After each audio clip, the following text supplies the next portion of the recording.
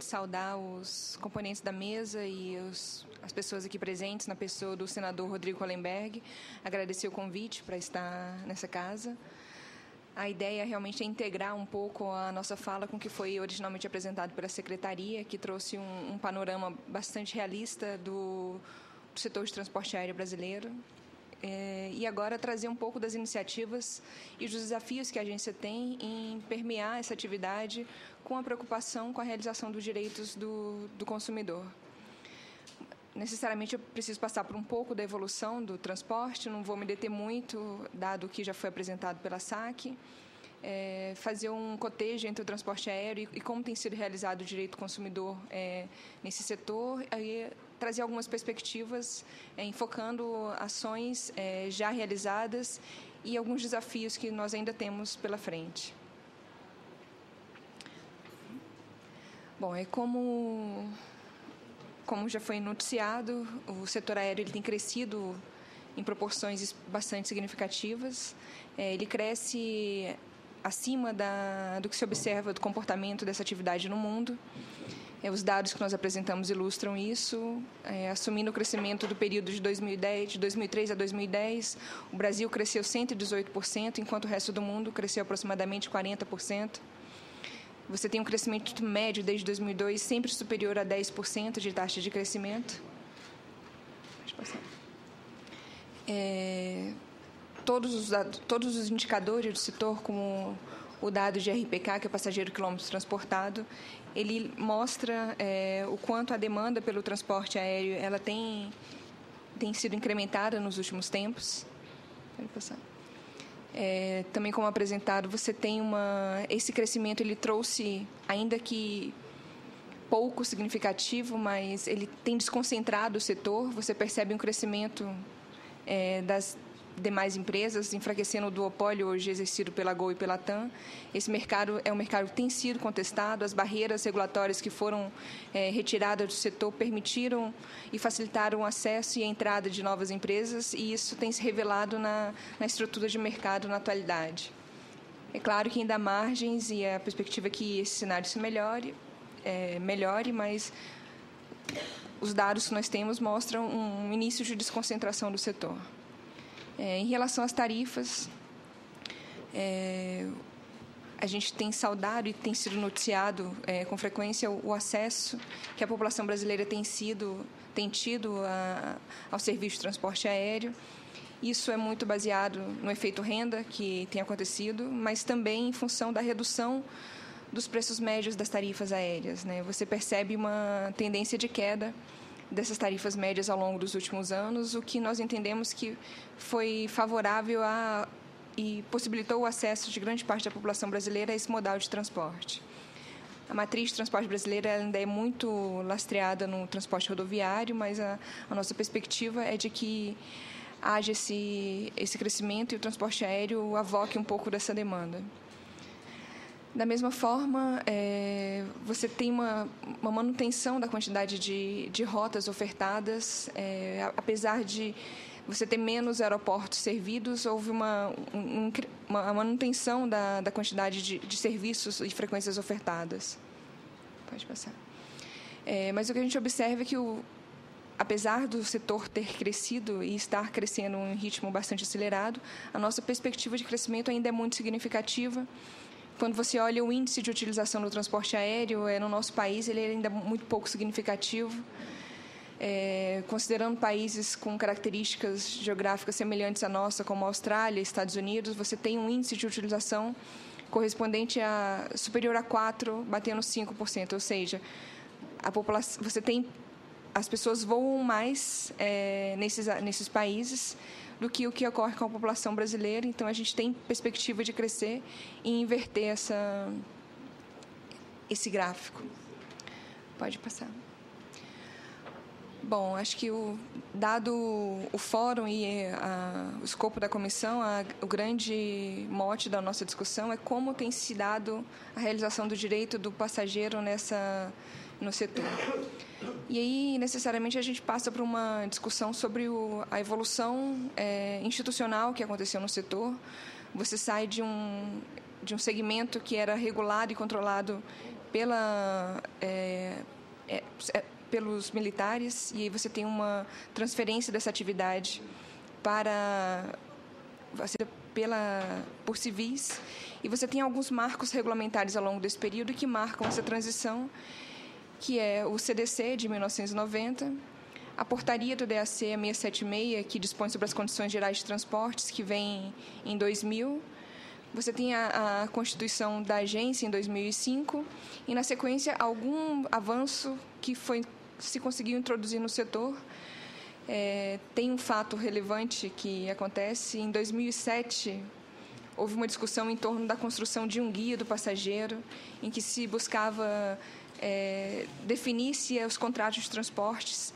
Aliás, foi um primeiro momento em que se definiu que os contratos de transporte eles são relações de consumo e que, portanto, foi o primeiro normativo da agência que trouxe a realização do Código de Defesa do Consumidor para o transporte aéreo, não deixando dúvidas que nós estamos falando de relações de consumo nesses contratos.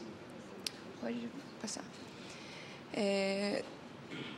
Com o incremento com acesso de pessoas da população cada vez maior ao transporte aéreo, com a expansão da oferta de serviços, o setor acaba se deparando com novos desafios, com novas situações. Eu acho que é sobre isso que a gente tem que se debruçar na atualidade. As empresas trouxeram para o mercado brasileiro e estão tentando trazer um modelo de gestão, um modelo de negócio chamado low cost, em que você busca um maior tempo de utilização dessas aeronaves, você parte para uma segmentação e diferenciação maior dos serviços, e há um trade-off entre maior ocupação e conforto. Esse é o conceito associado ao low cost. Hoje a gente tem discutido muito com os órgãos de proteção e defesa do consumidor qual a forma de introduzir esse serviço e permitir que ele conviva com os normativos que nós já temos e que realizam os direitos do consumidor. Além disso, você percebe hoje uma grande expansão dos canais de comercialização, favorecendo mais uma vez o acesso à oferta desse serviço, mas com alguns gargalos associados a esses meios de comercialização que merecem ser equacionados. Com essa busca de mecanismos de favorecer a acessibilidade e ampliar o acesso aos serviços aéreos, como você realiza isso combinado com a constatação de saturação da nossa infraestrutura aeroportuária e as grandes reivindicações dos nossos consumidores relacionados a contratos não cumpridos, atrasos, cancelamentos, extravios de bagagem e remarcação.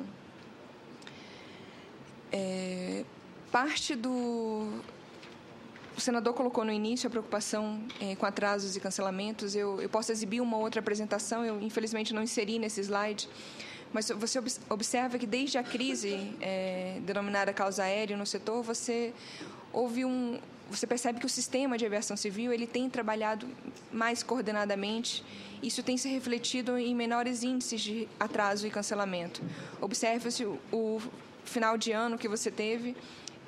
As condições meteorológicas elas foram favoráveis, é claro, mas os níveis de atraso e cancelamento que foram observados, eles começam a estar próximos à normalidade. Você não observa mais contaminação de malha, você não tem mais os passageiros desassistidos nos aeroportos.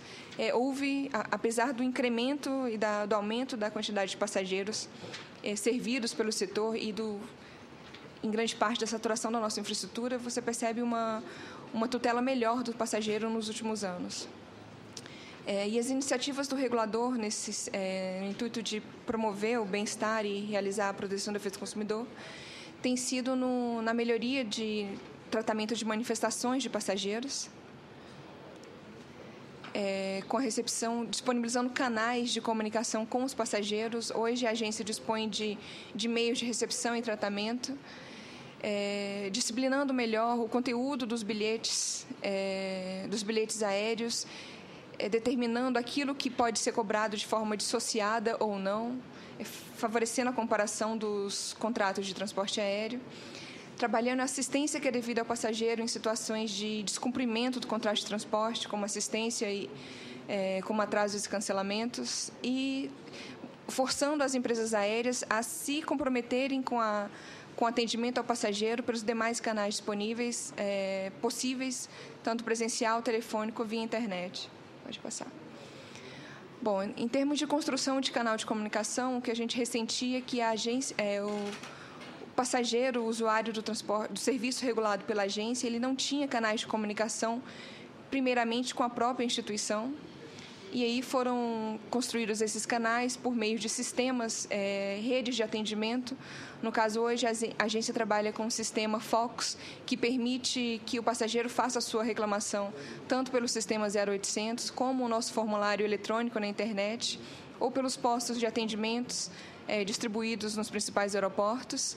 Esse sistema ele é acessado ele é tratado como insumo para a regulação da agência e também é acessado pela ouvidoria da instituição, que administra o sistema ECOAR. São sistemas convergentes. Pode passar. Vou destacar algumas resoluções que foram introduzidas pela agência que visam realizar o direito do consumidor. Entre elas está a uniformização do conteúdo do bilhete aéreo.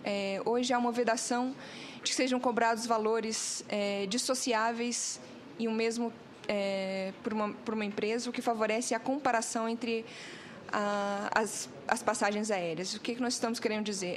Era frequente as empresas anunciarem um produto por um determinado valor e, ao final, quando do término da operação de comercialização, eles iam acrescendo taxas que não te permitiam conhecer o real valor daquele serviço.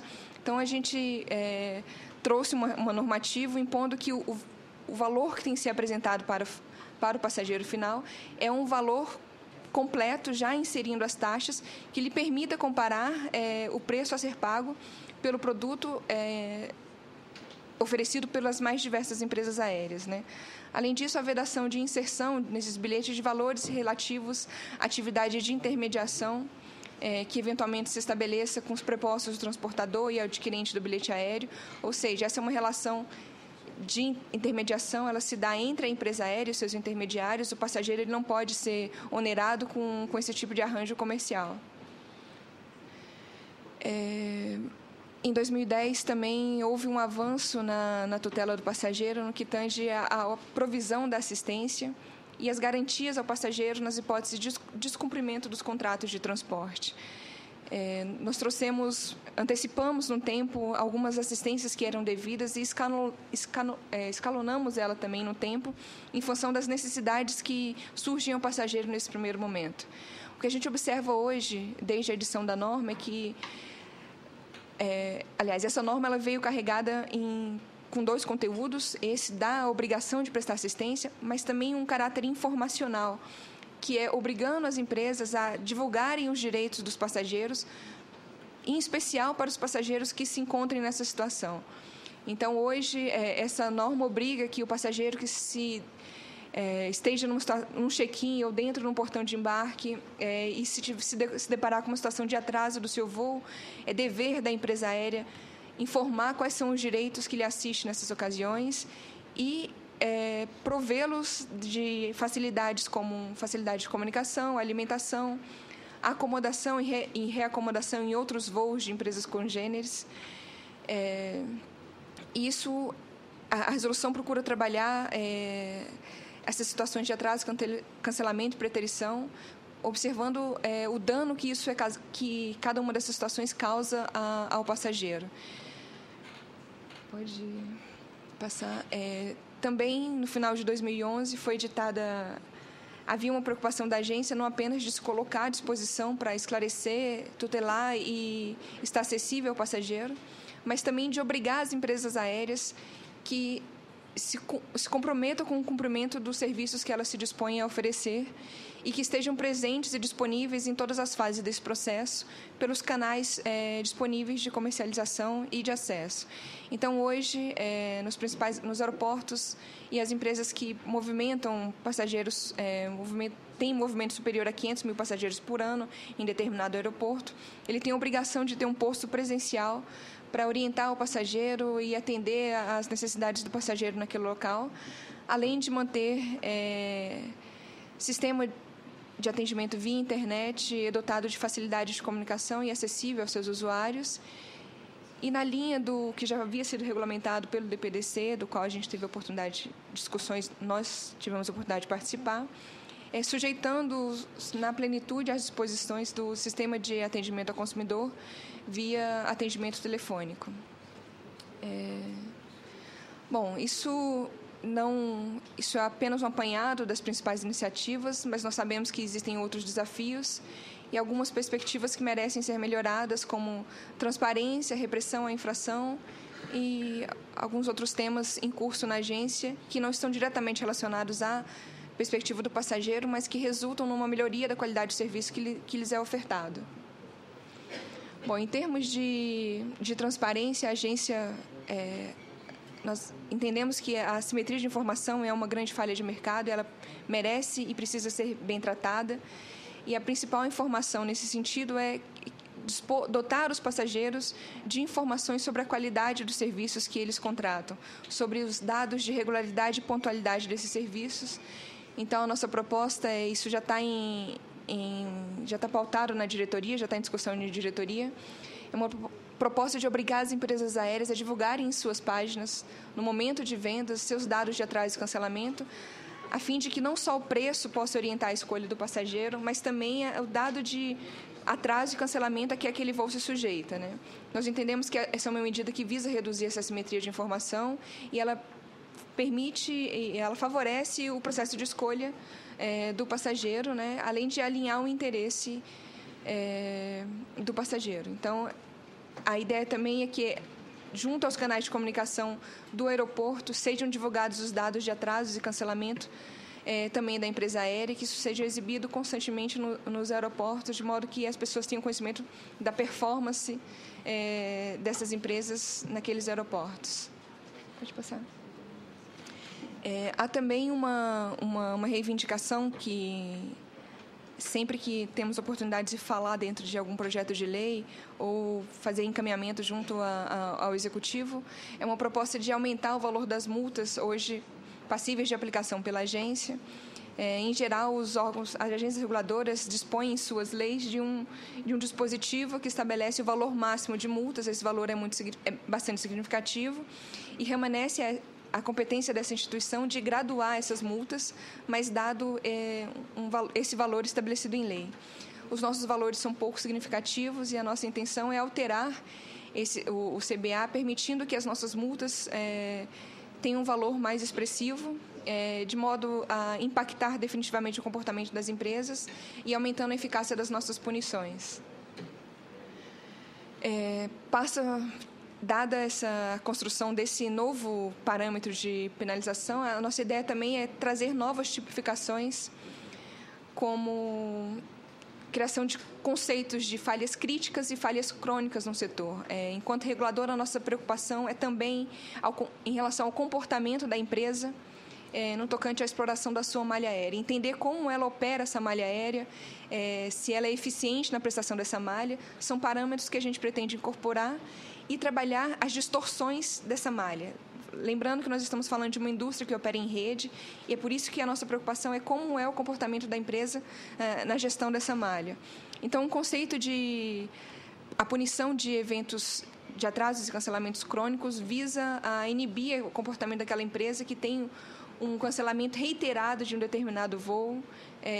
Nós entendemos que esse comportamento ele é prejudicial para a operação dessa malha e também a possibilidade de atuar sobre comportamentos críticos, que é uma empresa onde teve uma falha operacional na sua atividade e isso comprometeu a operação dela ao longo do dia inteiro.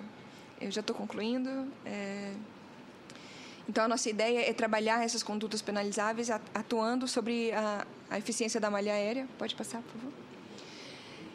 Além disso, permitir que, junto com essas novas tipificações, novas penalidades, que há a possibilidade de perda de acesso à infraestrutura, né?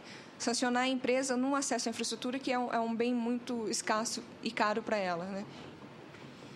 Bom, entre as novas perspectivas, nós temos iniciativas de buscar acordos de níveis de serviços entre as empresas aéreas e operadores aeroportuários, medidas de compartilhamento de infraestrutura, possibilitando a gestão mais eficiente daquela infraestrutura e acompanhamento e monitoramento da fiscalização dos serviços aéreos. Pode passar. Bom, como desafio, a continuidade do processo de atualização e aperfeiçoamento das condições gerais de transportes, que passa pela disciplina do transporte de bagagens, a alteração de contratos de transportes, a articulação com os órgãos de proteção e defesa do consumidor e a continuidade da criação de um ambiente regulatório favorável ao crescimento da aviação, sem prejuízo dos níveis de segurança associados à atividade. Bom, esses esclarecimentos, obrigada, permaneço à disposição para esclarecimentos necessários. Muito obrigado.